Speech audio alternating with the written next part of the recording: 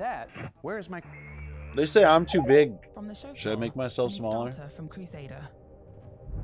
The Intrepid is the newest starter ship from Crusader Industries. Specializing in cargo delivery and lightweight combat, it carries several unique characteristics that set it apart from others of its class. The Intrepid carries its 8 SCU of cargo in 2 freight elevators, which also serve as additional entry and exit points in emergency situations. And while its armament might seem modest, the Intrepid bolsters an exceptional size 4 weapon hardpoint, giving it an edge over other starter ships when piloted well. Whilst this starter ship's distinctive design pays homage to Crusader's larger starfighter ships, its dedicated engineering terminal also ensures efficient operations for any challenges ahead. The Crusader Intrepid looks to be a worthwhile entry into IAE's showcase of vehicles aimed at entrepreneurial pilots making their initial foray into industry. And you can find it on this year's show floor to consider for yourself. Despite official denials by leaders throughout the Empire, sources now confirm the existence of Legionnaires, the UEE's daring, highly trained special mission force. Their purpose, to defend human freedom against Vandal and the forces of tyranny and evil throughout every corner of the galaxy. And they can now be yours in the comfort of your own quarters. The next wave of authentic Legionnaire figures and vehicles. There's Shadow Stranger with Hornet Ghost, Hound Dog with Hornet Tracker, Sandstorm with Tumbrel Nova, Dr. Parasite with Terrapin Medic, Major Dauntless with Crusader Intrepid, and General Jax McCleary with the RSI Polaris. And while the UEE may not be able to confirm the existence of Legionnaires, you can recreate your favorite scenes from the hit show on Spectrum. And don't forget to buy 2, so you can always keep one new in box, in case you're ever crazy enough to sell one. Legionnaires. They'll send the Vandal back where they come from. Pirate Playground sold separately, requires meshing for assembly. Welcome to the IAE show. Brought to you from New Babbage, the site of this year's Intergalactic Aerospace Expo, and your guide to the future of spacecraft and vehicles in the verse. Up next, we discuss A Time to Kill with Rich Tyra, John Crew, and Jared Huckabee. Don't change the channel, it's the IAE show, and it starts right now. All right, thank you so much. Welcome to the IAE show. I'm Jared. We're here talking with Rich and John about the future of space combat, spaceship operations in our Persistent Universe game. There's a couple topics we're going to cover, one today and then 2 more as we go. I want to talk about something that is at the core of the entire spaceship experience, and that's time to kill. Now, right now in Star Citizen, players have known it since 2015. Your ship can take a few shots, and then it goes, poof, you know, fiery explosion. A very impressive fiery explosion. Shout out to Mike Snowden and his team there. But that's not the experience that we've been building towards. And a lot of the changes that we announced at CitizenCon with insurance and whatnot, these are tied into the future direction of spaceships and life on board spaceships. Talk to me about time to kill. How long are these ships supposed to last? Are they supposed to go up like confetti like they currently do? And what's the vision for space combat supposed to be? I think the first thing we need to talk about is moving away from time to kill and move towards time to disable.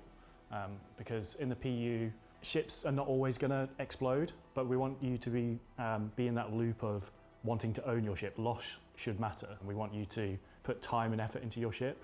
And that means time and effort into keeping your ship alive, and if something does happen, getting it back. We've talked about physicalized damage in the past. Is this just a matter of getting that physicalized damage system in, or is there more to it than this? First off, physicalized damage is tied to our Maelstrom system, which you probably didn't know, but we saw for the first time in action for the Squadron demo. All the ships, for example, in the turret sequence were set up with Maelstrom and using our physicalized damage system. We're moving towards more a physically based system that actually works out the speed of the projectile, the collision, and then generates the force, and that force then dictates the damage that's what the heck is going on itself. And what that means is that opens up a whole new area of gameplay for piracy, taking those ships back, repairing, going back to your ship to actually either take it back to your own crafting hangar to be able to dismantle it for resources, or if you're the pirate itself, you can actually take it to the council and get your own ID on there. But ultimately, while we have soft death in the game right now, that's kind of a faked soft death. It's kind of just a slightly move in that direction, but it's not the full physicalized system that we've been working on for a long time. You know, when John says loss matters, it's something we need to start talking about. If I have lost my ship and it does take a long time to get back, how does that impact me if I'm playing the game? What happens if that's my only ship? And I think that's where we need to start thinking about a more complex algorithm to deal with insurance claims and how you get your ship back. And then that directly ties into the TTK or TTD, time to disable, for us to be able to get these ships back. So if you think of, say, starter ships or ships that are small in nature, so like an interceptor or some of our small racing ships, those ships should be, like I said in the 1.0 talk, should always be readily available. So if you lose those ships, we don't really want to punish the player. It needs to be a symbiosis where loss matters and it needs to be impactful to your game experience, but it can't be so impactful that it stops you playing the game. Then it essentially curves up towards the more extreme scenarios. We need to have this almost agile algorithm that basically allows us to work out, like, okay, how many times have you lost your ship in the last hour? Does this player have only one ship on their account? How do we take that into account to make the player experience fair? Of course, that's the ultimate penalty, loss of your ship. Until that point, we've got features like resource networking, which is the beginning of this time to disable, this extending the length and life of your ship to make it so that not only does it not explode right away, but the players, the members aboard the ship, have more opportunities to repair the ship. What is that experience supposed to be like on a single player ship? How do we keep that alive longer to the larger ones? It's a two-way thing. Obviously, time to kill, time to disable is generally thought about as the aggressor's point of view, but it also matters to the victim of this combat encounter. We can't have it be so quick that you have no chance to do anything about that. So with physical damage and resource network, it moves it away from being a just sort of race to zero. But are the toys fucking real? Like in-game real? On the health, items will start malfunctioning, forcing that person to make a decision of, am I going to flee? Because that's what I want to know. And take the risk. And then on the flip side, that gives you, as the aggressor, the chance to go, what do I want to do with this disabled ship now? Obviously, single seaters have less room for options in this scenario, but really the bulk of that gameplay is on the larger multi-crew ships, where you'll be moving around inside your ship, repairing, replacing relays. The engineer will be diverting power to different systems, just to sort of give everybody enough time to decide what they want to do in that scenario. And there's so many different scenarios that can be done. Sounds like we're building a progression here. Are the larger ships intended to last longer? They have more lifespan. There's more that you can do to keep them alive. Am I sensing this right? Is there a progression here? Absolutely. I mean, ultimately, we want you to progress in the game and build your fleet, whether that's solo or with a group. You need to be able to have some level of understanding that you're not going to lose it straight away. And the other aspect that I think is really important to see about in terms of when you say progression, it's not just progression for the TTK or TTD for across the entire spectrum of the game, or the progression for the player, the victim or the defender, or versus the attacker. When your ship is disabled, there's no way to bring that back. When we have the proper version where your ship components are gone and utilizing the physicalized damage, you can bring that ship back. And that's the huge difference. And that opens up this entire gameplay loop where you have towing and repair, and maybe somebody can repair it for you. And that's what, they've opened a nearby shop, so they're a repair shop and they give you good chances to repair versus cheaper prices than taking it to an LZ or a space station. So I think when we talk about progression, especially from my perspective, I want to see progression across all the professions. And hopefully people start to see, and it's the reason why we wanted to talk about 1.0, people start to see how all these things connect together. There's a reason why we did all these things over the last 2 or 3 years. It's not like we were just throwing a dart at the dartboard and hoping that, oh, what feature is next? We had, it's that grand plan about trying to bring them all together. But ultimately, we want to be in a position where we can start to focus and connect all of the gameplay systems. And I think this is a key part of that. Yeah, no, that's really exciting. This TDD, we're going to have to get in the habit of calling it TDD now, doesn't just open up the life of the folks who own these ships in combat. I'm really excited about it opening up, like you said, repair, refueling, rearming, all these things. Absolutely. It's like your ship hull is still there, even passenger transport. Like, hey, I need to get back to my to my ship, but maybe it's still in a conflict zone and everything, so I need help to get back. There's so many opportunities that increasing the lifespan of these ships gives to the game. And just to be clear as well on that front, they're not end game professions either. No. Every profession in the game should have a starting location, so you can become self-sufficient if you want to play by yourself and you want to try and figure it out on your own. But then you can also engage in the community and be online. So there's definitely avenues that are available to you. You mentioned the difference between PvE and PvP. So these changes on the surface sound great from a player versus player standpoint, from a player making their life in the verse, but trying to do some of our more basic missions and realizing that, okay, well, this time to disable change could make some of those missions tedious if it were applied unevenly across. There's two things to take into account.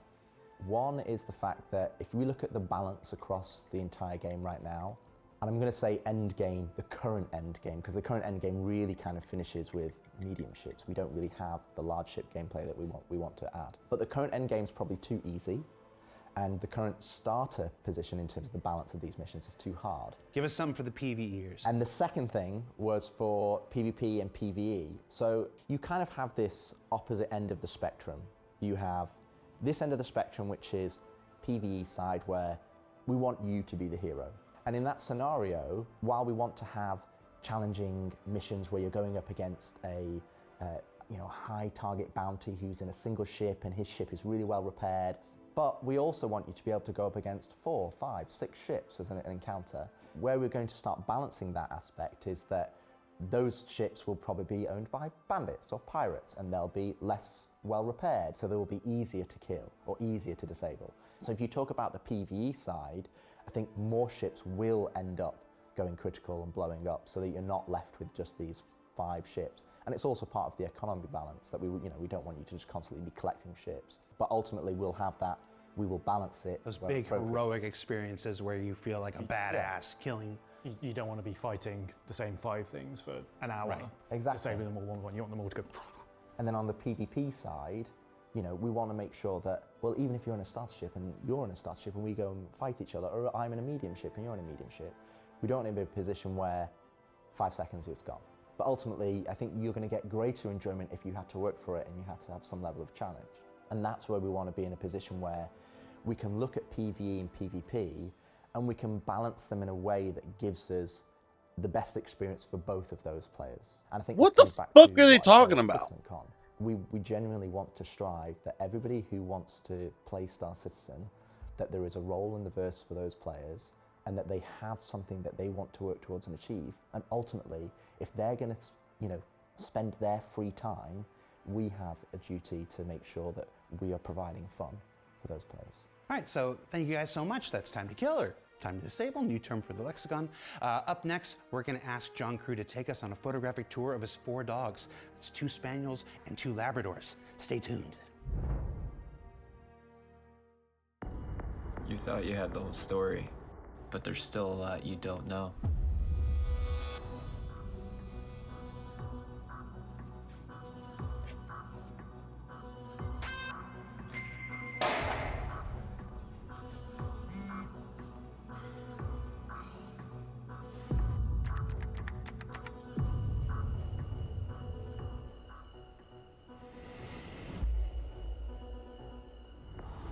Perfect.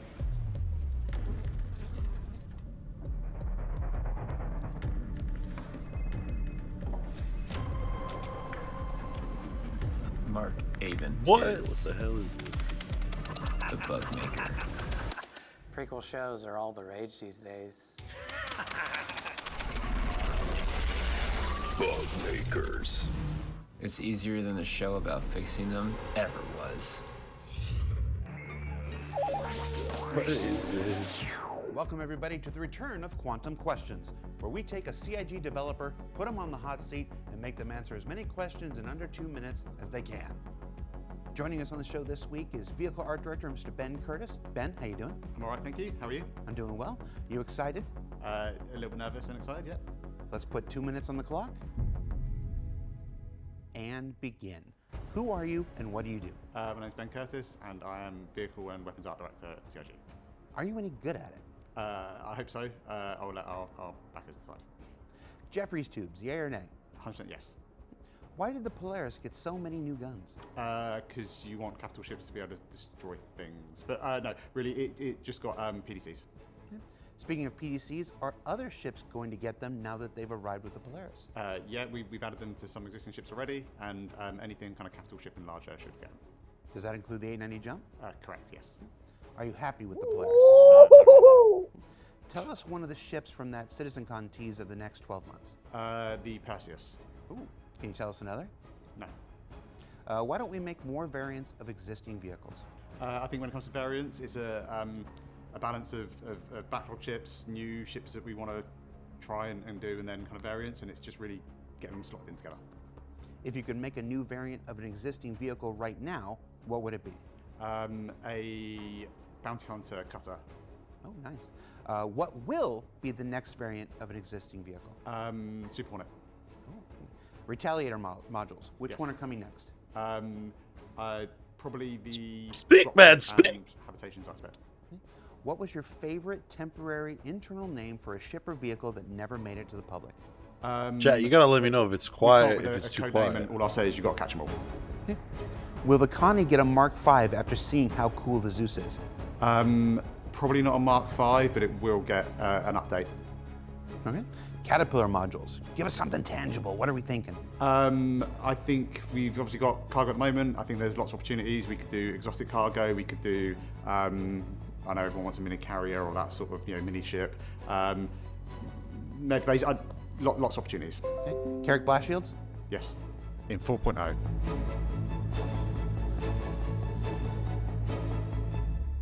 Carrick cargo doors? In 4.0.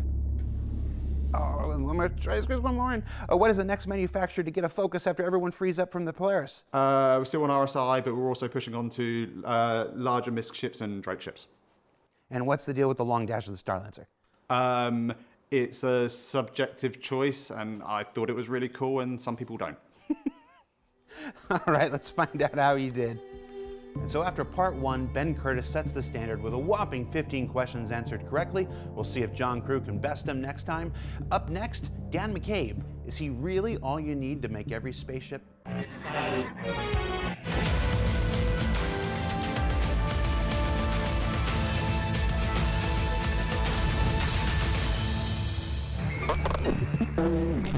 Okay. Well, that was the first day IE show, guys. I want those toys. Are the toys real? Just tell me if the toys are real. Damn it. But yeah, I thought it was great. Caterpillar modules. Couldn't say anything, but they're on their way. I love it. Love it. We are loving it. So yeah, there's that.